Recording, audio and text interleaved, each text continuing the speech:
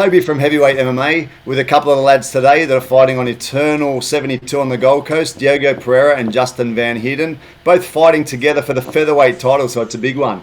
This is the first one getting two of you boys together before one of the fights, so I've been kind of excited. How are you guys doing? Maybe Diego first, how are you doing these days? Man, I'm doing well. Yeah, just training, doing my thing, you know. How you doing? I'm good, How are bro. you I'm doing? very good.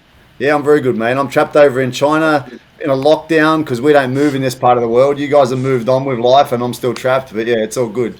What about you, man? You good? Justin, you good, man? Yeah, man, can't complain. Yeah, obviously, same old, training, doing the thing. That's what we're here for. Yeah, good, good. So leading up to this fight, I think I've got a bit of interest in like your guys' relationship and kind of impression of each other. I know I heard you guys have trained a bit before. Maybe one by one can just give us a rundown of your kind of history and what impression you have of each other and your skills, etc. So I'll start off with Diego. Give us a bit of a take on what you think of Justin. All right. Anyway, while he's kicked out, Justin, give us your take on Diego. What do you think of the guy, bro? And what's your relationship before? Yeah, well, obviously we fought each other. This would be a rematch when we collide in December. So yeah, Diego and I fought a few years ago. I think it was maybe 2017, I believe. Yeah, it was Um, 2017. You're right, 5 years ago. Yeah, so he was my second pro fight. So what happened was made my pro debut. I got the win, and then I think he had an opponent fall out or something happened. But they were like, "Hey, do you want a quick turnaround in like 2-3 weeks?" I was like, "Yeah, let's do it." Took on Diego. Already had a bit of experience racked up, and he'd already been around the game for a bit. We'd fought on a few cards together. I think before that, I got to see him in action a few times. Always kind of liked his style, liked how he fought. So I was kind of like, "Oh, cool, let's do it, no brainer. Let me jump in, test myself against the next guy." Um, yeah, obviously, Diego got the result in that fight. Fight kind of was surprising in some aspects. It was because there was some benefits and things to take out regardless of the loss. Because it was like, at that point, I was still approaching a mixed martial arts as like a singular discipline sort of athlete in a sense. I was like, my wrestling has worked out so far. It's gotten me to the dance. It's getting me, through these fights and getting me these wins. So I was like, all right, that's the sort of pathway. Let's rely on our strength. But obviously, it's mixed martial arts. You got to be ready for everything. And then fast forward to 2018. I moved down to Brisbane, joined Southside, and Diego and I became training partners, friends. We cornered each other for a number of fights. We trained, we grinded together through camps. Um, he was in my corner for a bunch of my fights. I was in the corner for some of his fights. We obviously prepared, for championship fights together. Obviously, when he fought Jack, when I fought Rodolfo. So we got to spend a few years together, sort of building up and, pursuing the same goal that we're pursuing now, but obviously together. The only thing really that's changed now is like we're back to doing it as opposing competitors. I guess you could say that's probably the only change. I mean, as far as everything else, the respect's still there for the attributes, for the abilities, for the skills.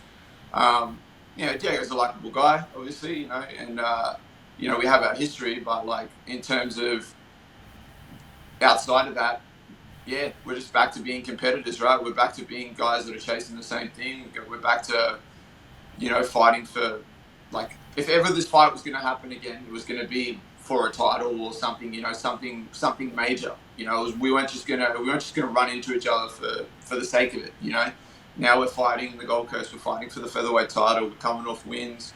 We're putting on these exciting performances against some people, but yeah, that's sort of where it's at. The respect's there, the admiration's there. At the end of the day, like, I'm always going to consider him as someone that was a crucial part of my fight career, at some certain point in time, as a training partner and as a friend. But, when we get in there December, like, we're going to just be scrapping. We're going to be going for this belt. We're going to be bringing it. He's a competitor. I'm a competitor. And it's one of those rare instances where I know I know the competitor in him because I got to see it firsthand. I got to see it on the mats, and I've seen it in the cage before. So, I know he's going to bring it. I'm going to bring it. It's going to be exciting. Should be main event.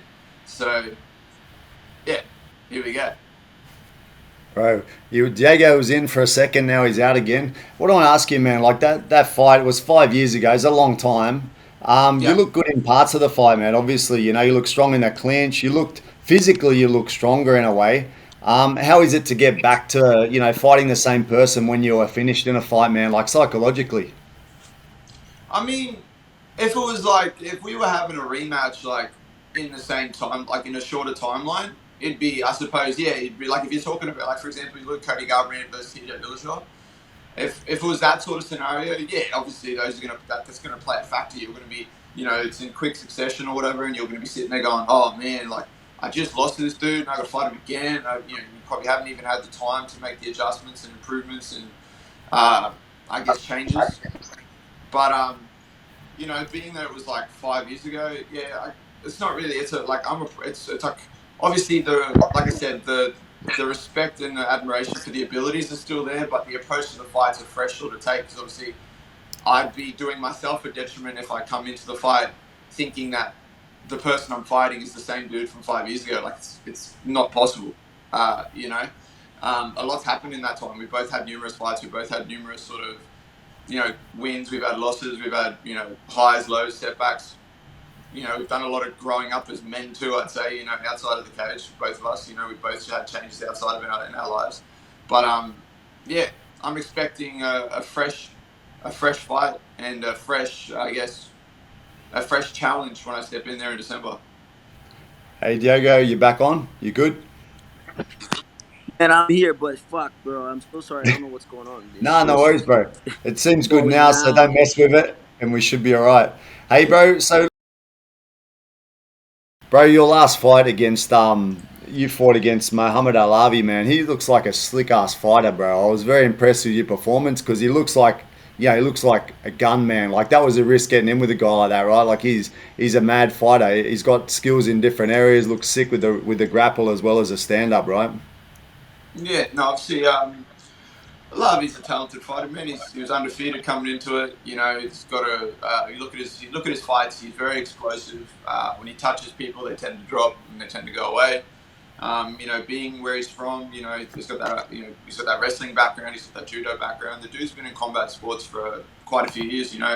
People probably didn't know when we were coming into the fight, but he's in his 30s and the guy's been around the block for a while in combat sports. Man, he's been doing everything since he was a kid. So yeah, obviously I knew that it was going to be, I'm stepping in there. It was like a dangerous dude. Obviously, no one else wanted to fight him. I got told a list of people that said no to him. After I beat Philpott, then that was the fight that got offered. I knew that I was going to get a big fight in some capacity after I beat Philpott because that fight had a lot of hype. And he'd fought overseas, all that, etc. So yeah, obviously, I just got ready, prepared for it, prepared to step in there against, a dangerous dude, knowing, the dangers that he presents. But, I just trusted in the process with the training, the work that we do, trusted in what Joe and Alex thought of the matchup, how to approach it, when, when to be able to utilize the strengths that I possess, and even when to utilize some of the new tools that I've added to my arsenal, and I think that fight was almost a perfect combination of that. I think people got to see that if you step into the cage with me and you think that I'm just a one-dimensional dude who only knows how to wrestle, you're gonna have a really bad night. It's gonna be, you're doing yourself a detriment if you don't respect my skills across the board. And I think that's what happened there. I think the first round he started off good, like we expected, very explosive, very strong. When he got me in the clinch through that first knee, it was like, oh man, this dude's got some power. So I was like, all right, got to be on here. And then, as that round went, you could see he started to get flustered. He couldn't solve the puzzle in front of him. The footwork was hard to deal with. The range was hard to deal with. The distance, the timing. And I think, once he started shooting on me after I dropped him, he was like, that's when I knew. I almost, after I dropped him and he shot that takedown on me, I remember telling myself, like, and I could hear Joe talking to it. I remember telling myself, like, all right, I've got him. Like, that's it. This is a wrap. He's flustered. If he's wrestling me, he's flustered. And then obviously round two, I expected him to come out, do the same thing, be explosive, try to go for a knockout. It didn't happen for him. I was able to sort of deal with that, be safe, be sound, be out of range. And then, once he shot again, it was kind of like I heard Joe say in the corner, he said to me, he's going to come out hard, he's going to try and take you down. When he does, that's when we're going to wrestle and we're going to take this fight over. I was like, all right, let's do it. And that's what you saw there. So I turned him onto the cage, got the position, and I said to him in there when I turned it, I was like, "It's my turn to wrestle now. Like this is, you know, this is what I do." Or what people like, even Diego in the lead up, he did the breakdown, and he's like, "It's a striker versus grappler." So, people are obviously, that's still going to be there. That's never going to go away. Like I'm always going to be able to wrestle. I've been doing it since I was a kid. Yeah, so got the win. Dominant performance. Didn't take any damage. Beat a undefeated fighter. Beat a talented fighter. Beat a dangerous fighter.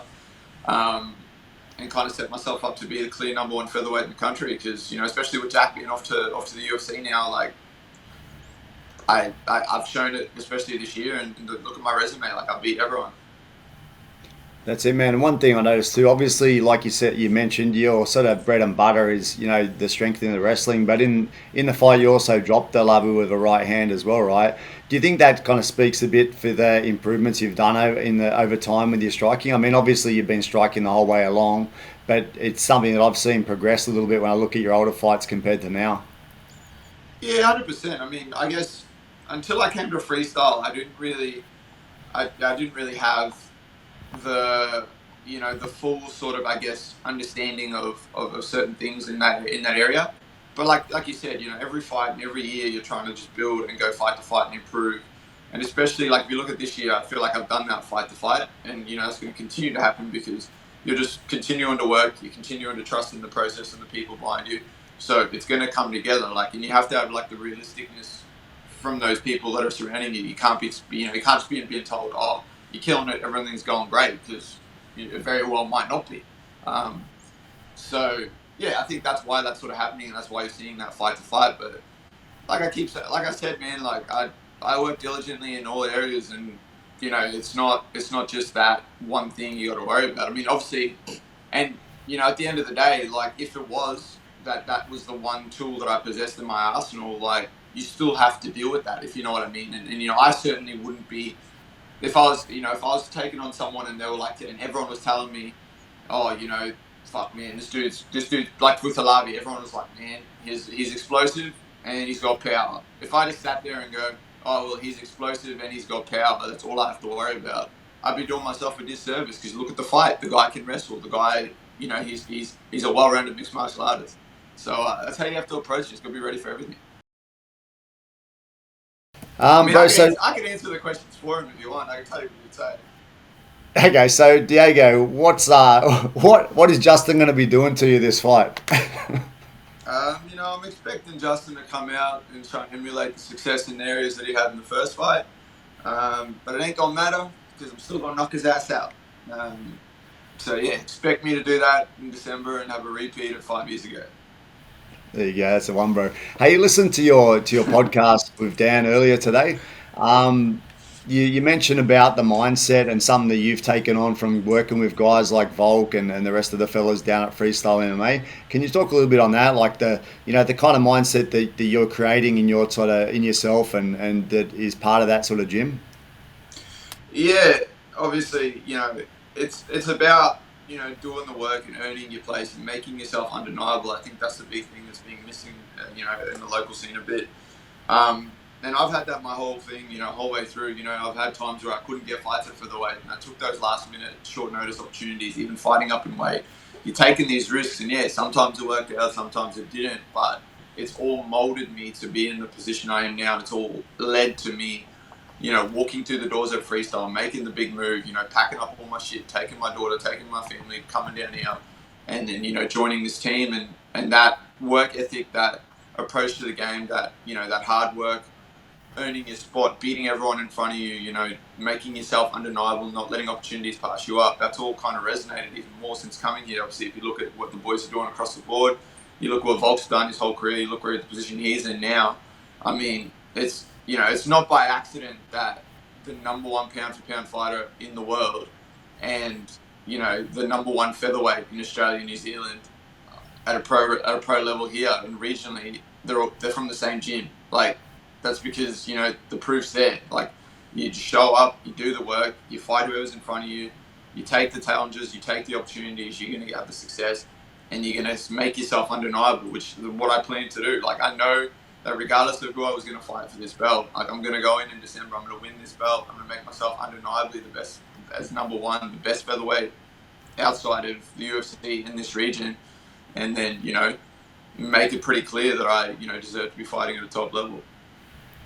Yeah, man, and it makes sense.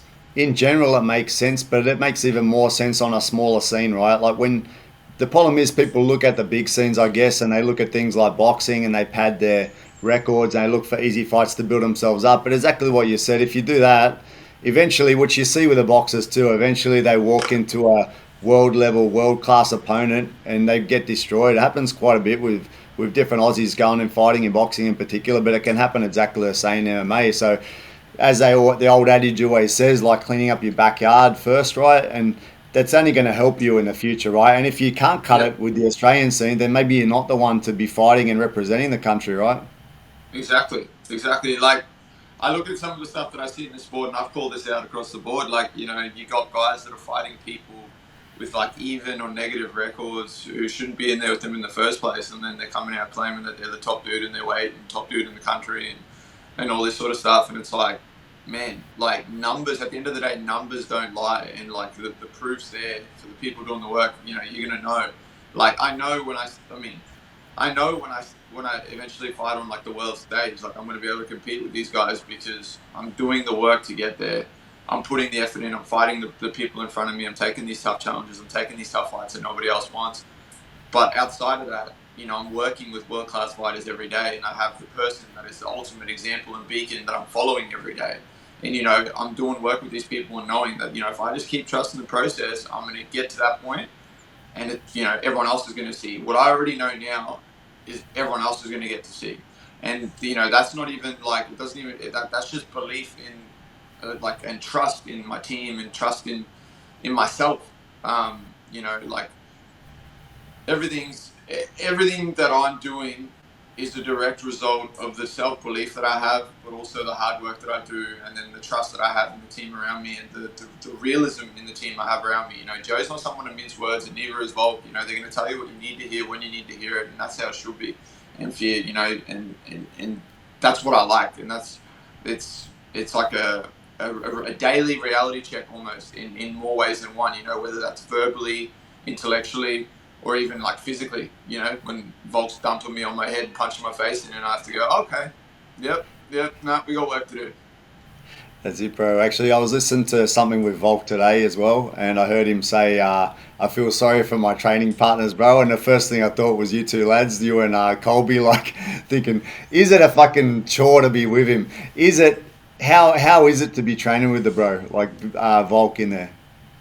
It's both the best thing and the worst thing ever. If that makes sense. It's like there's no in between. Like at the same time, you've got this guy who's an absolute weapon and he's completely selfless, and then you got him and Joe bouncing ideas off each other and giving you the ultimate insight in things, and you're getting all of the knowledge you possibly want. You're getting.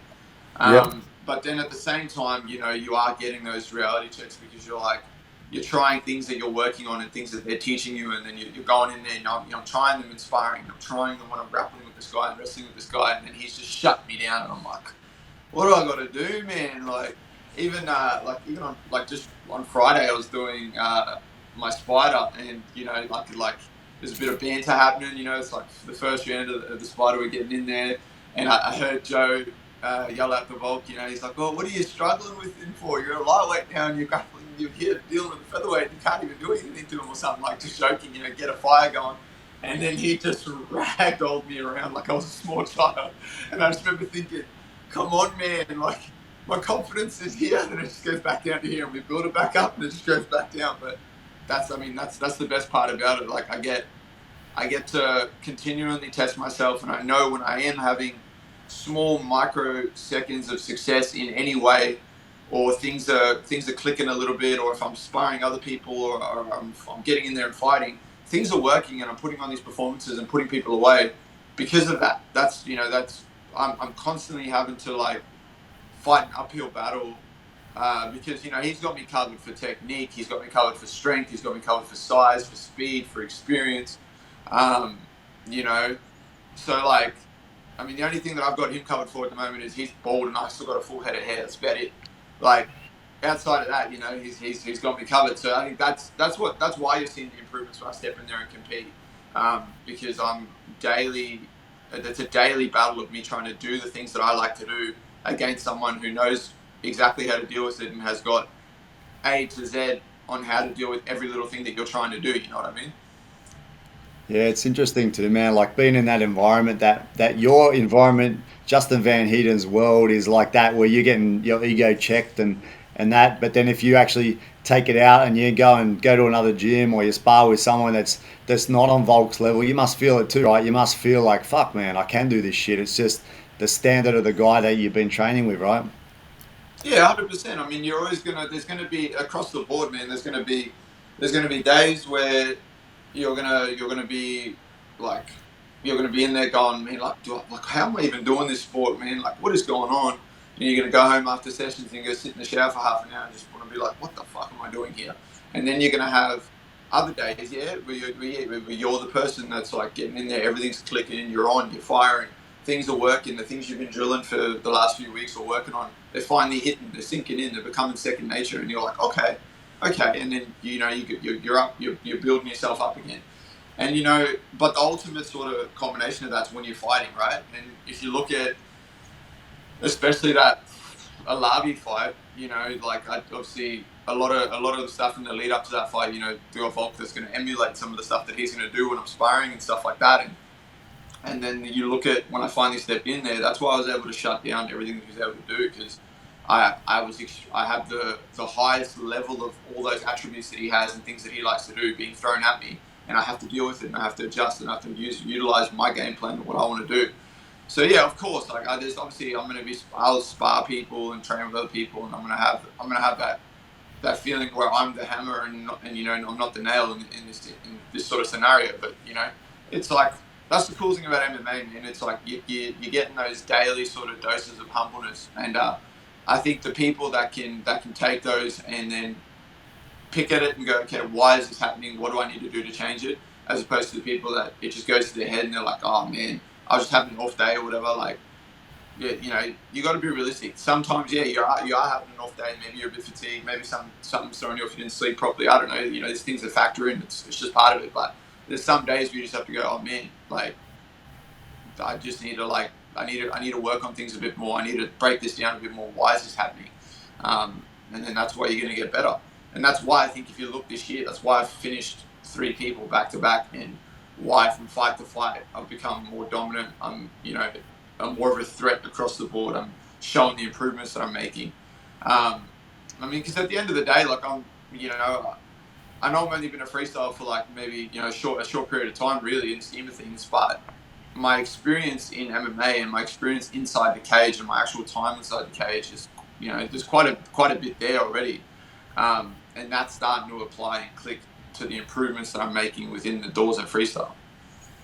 That's it, mate. And each of your fights, you can see improvements, man, and that's just testament to the work that you're putting in, man. So on that note, man, for a little short that I'll clip later, Eternal Featherweight title, Eternal MMA 72, Gold Coast, 2nd of December. What can we expect from you, Justin? What are you going to do? What's your prediction? Brother, there are 3 things that are certain: death, taxes, and I'm taking that belt. And inside 3, I'm putting him away. We're getting a finish. Sick, bro. That's good to hear. That's exciting to hear, and I'm going to be watching, and I'm going to be nervous, and I want you to get it too. So let's go, bro. On another point, bro, I know we don't like to look past things. Everyone's always, I'm just looking at this fight, I'm not looking past, but we all do it, man. So in an ideal world, what's the next year, 2023? What's 2023 for Justin Van Heerden? I got there and defend my featherweight title in February in Perth, against Rod Costa. That'll be the fight for the next fight, seeing as how the fight with Dimson, Alavi fell through. And then obviously you've got a few other fights that still need to happen, I guess, and see what plays out. But yeah, I'd see myself defending the belt against Rod Costa. He was obviously pretty vocal about it. I'm always down. I'd like to get that one back. And then I guess, yeah, after that, it's pretty much go out there, defend the belt in February, and then look at sort of what's next on the horizon after that, which would probably, I think would be a well-earned call up to the big leagues in some shape or form. But like I said, man, you got to be ready for anything. I'm going to be preparing to defend my belt in February, and then, some fights might fall through. Who knows what happens. And the UFC is not going to fly someone from overseas last minute, like all the way to Australia. It's like they might call, they might knock on the door, they might ask. You never know, and you got to be ready for that. And I've fought up and weight before, lightweight, welterweight. I don't care what the weight class is. If they call, I'll be ready. That's it, man. I actually mentioned that. Who was I talking to? Jack Jenkins, I think, the other day, and I was saying this is what can happen, man. There might be some opportunities come up, and I hope that a few of the local boys get the opportunity to step in, whether it be to replace something or just whether it be they need someone to, to fill a fight in, man. I hope it happens because the card is looking sick so far. It's only a few fights that have been announced, but it's looking great, man. I can't wait. Man, I'm looking forward to it. I'm looking forward to seeing all the NZX guys out there representing, putting up some big performances, getting some crucial wins, moving forward, and just being part of the whole experience. And I look forward to fighting the night before. That's it, man. Anyway, man, we've done a bit of talking. Thanks for your time, man. Sorry it didn't work out with Diego online, but at least we got to hear your take on everything, bro. Good luck with the fight, and once again, thanks for your time. Thanks, Whale Rider, for jumping into. All right, bro. Take it easy. Thanks, bro. For your time, man. Take it easy. Bye-bye.